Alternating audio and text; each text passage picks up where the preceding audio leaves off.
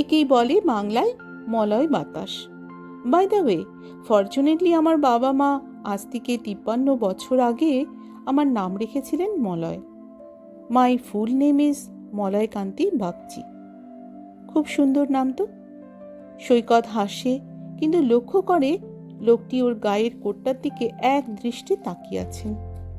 চোখে চোখ পড়ে যাওয়া একটু অপ্রস্তুতভাবে লোকটি বললেন, তোমার কোটটা তো খুব সুন্দর, খুব পছন্দসই কালেকশন। কোথা থেকে কিনলে? তোমাদের টাউন না কলকাতা? কেন বলুন তো? ভুরু কুঁচকে জিজ্ঞেস করে সৈকত। না না, আমার কৌতূহল মার্জনা করো। আমি আসলে জানতে চাইলাম কারণ আমার নিজেরও অবিকল এই ধরনের একটা কোট ছিল, কলকাতার নিউ মার্কেট থেকে কেনা। তোমারটা দেখে ওটার কথা মনে পড়ে গেল। আমি আসলে পোশাকের ব্যাপারে খুবই শৌখিন ছিলাম। আমার হবি বা প্যাশন যাই বলো, ওটাই ছিল। আর এখন দেখো, আমি কি সব ছেঁড়া ফুটো সব গায়ে চাপিয়ে ঘুরে বেড়াচ্ছি। কত পাল্টে গিয়েছি ভাবাই যায় না। বলতে বলতে লোকটা কেমন উদাস হয়ে গেলেন। বাঁ হাতের সরু রাস্তাটা ধরে আপন মনেই হাঁটতে লাগলেন। পিছু নিল সৈকত। বলতে লাগলো, কেন পাল্টালেন? কি হয়েছিল? আর বলো না, আমার ছিল ঘোরার ভয়ানক শখ। ঘর সংসারে মন ছিল না। টানা 3 দিন ছুটি পেলেই বাসে ট্রেনে চেপে পাখি ফুরুত। তা শেষবার যখন এই লোলেগাঁওতে এলাম, কি জানি কেন যে এত ভালো লেগে গেল। এখানকার পরিবেশে এত মায়া, আর ফিরে যেতে ইচ্ছা করলো না। এখানেই ঘাঁটি গেড়ে ফেললাম। ঠিক করলাম বাকি জীবনটা এখানেই কাটিয়ে দেব। এখন এখানকার লোকজন, এই হাওয়া, আলো, মেঘ, পাহাড়, ভ্যালি, ঝর্ণা, গাছপালা, ফুল, পাখিদের এতই ভালোবেসে ফেলেছি যে আর ছেড়ে যাওয়ার কোনো উপায় নেই। এই জায়গাটার নেশা খুব ভয়ানক। একবার ভালোবেসে ফেললে আর ফিরতে পারবে না। মনে হবে এটাই আমার জায়গা, আমার ঘর বাড়ি। ঢালু রাস্তা দিয়ে নামছেন লোকটি। সৈকত পিছনে পিছনে এগোচ্ছে তাল মিলিয়ে। কিন্তু আপনার ফ্যামিলি? আছে, ওরা আমাদের দমদম পার্কের বাড়িতে আছে। মাঝে মাঝে ওখানেও যাই, দেখা করে আবার চলে আসি। আসলে এখানে আমার বাড়িটা এত সুন্দর। কোথায়? এখানে আপনার বাড়িটা কোথায়? ওই তো, ওই রাস্তায়। তুমি যাবে? লোকটি পিছন ফিরে আর চোখে দেখলেন। সৈকত মাথা নেড়ে সম্মতি জানালো। তাহলে এসো, এই তো কাছেই, এই তো প্রায় চলেই এসেছি। শর্টকাট ধরলে আর 7 মিনিট। লোকটি বেশ জোরে জোরে হাঁটছেন। তার পেছনে পেছনে সৈকতও আসছে নানা প্রশ্ন করতে করতে। লোকটি উত্তর দিতে দিতে চলেছেন ঢালু পাথুরের রাস্তা দিয়ে। লোকটা দারুণ ইন্টারেস্টিং, সত্যি নেশা ধরে যাচ্ছে ওর সঙ্গে কথা বলতে বলতে। সৈকত বলে উঠল, এদিককার রাস্তা কিছুই চিনি না। ফেরার সময় সন্ধে হয়ে গেলে আর তো চিনতেও পারবো না। ডোন্ট ওয়ারি, কোন হোটেলে আছো বলো, আমি নিজে গিয়ে পৌঁছে দিয়ে আসবো। ঠিক আছে, তাহলে তাড়াতাড়ি চলুন। রুদ্ধশ্বাসে লোকটাকে ফলো করে হাঁটতে থাকে সৈকত। সৈকত! হঠাৎ পিছনে ভীষণ জোরালো তীক্ষ্ণ একটা চেনা গলা শুনে থমকে দাঁড়ালো সৈকত। পিছন ফিরে তাকালো, দেখলো প্রবীর আর শান্তনু দাঁড়িয়ে আছে একটা ঢিবির উপরে। ওদের চোখে মুখে আতঙ্ক। 2 হাত সামনে বাড়িয়ে প্রাণপণ চিৎকার করে কি যেন ওরা বলছে। সৈকত শোনার চেষ্টা করতেই শুনতে পেল ওরা বলছে, কোথায় নামছিস তুই? কোথায় দাঁড়িয়ে আছিস? এসব কি পাগলামি হচ্ছে? সৈকত কেমন একটা ঘোরের মধ্যে ছিল যেন। এক ঝটকায় সম্বিত ফিরে পেয়ে সামনে তাকিয়ে আঁতকে উঠল সে। হৃৎপিণ্ড খামচে ধরেছে ভয়ে। এ কি?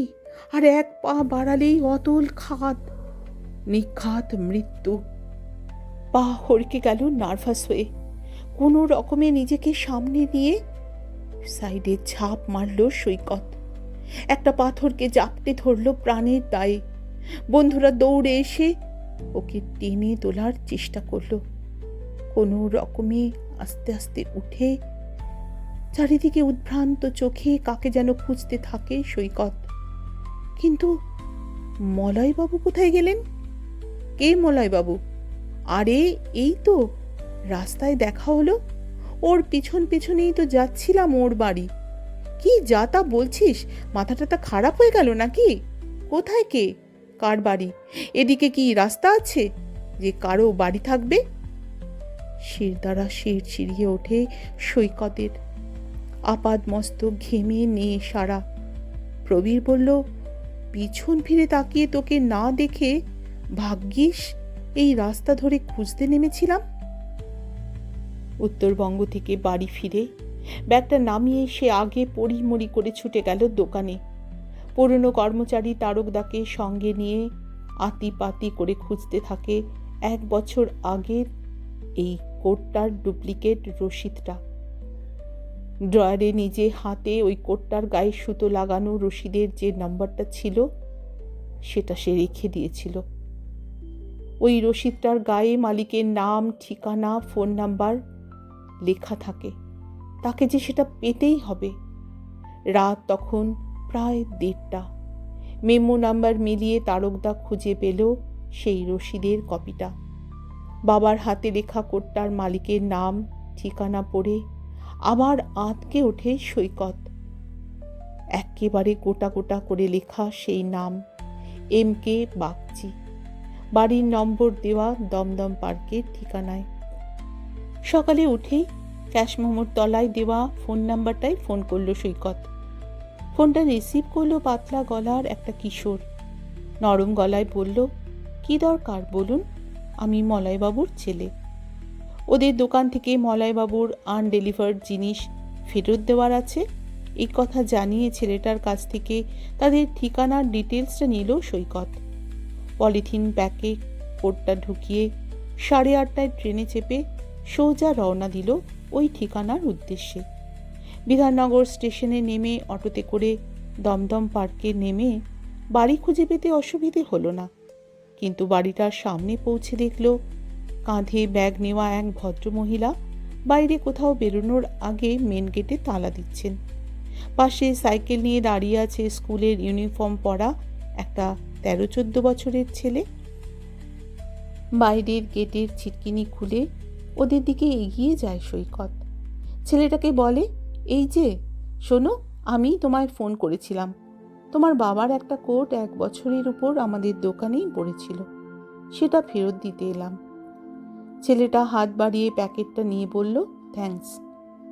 ভদ্রমহিলা ওর দিকে ম্লান হেসে বললেন, আপনাদের চার্জ কত হয়েছে?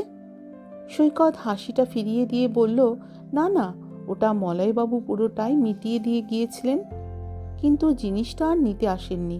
উনি বোধহয় ভুলে গিয়েছেন, নাকি উনি আবার অন্য কোথাও বদলি হয়ে গেছেন। ভদ্রমহিলার মুখ ফ্যাকাশে দেখালো। খুব নিচু স্বরে ঢোক গিলে বললেন, না মানে উনি আসলে এক্সপায়ার করেছেন।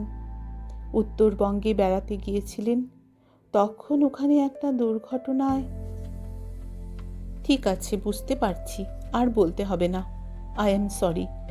শূন্যে হাত নেড়ে ভদ্রমহিলার কথা থামিয়ে দেয় সৈকত। কাঁচুমাচু মুখ করে মার ছেলের দিকে তাকায়। ছেলেটা কোটের প্যাকেটটা বুকে চেপে ধরে মাথা নিচু করে দাঁড়িয়ে আছে। ওর ঘাড়ে আলতো করে একটা টোকা মেরে বলি, ভালো থেকো, আসছি। ছেলেটা আবার বলল, থ্যাঙ্কস।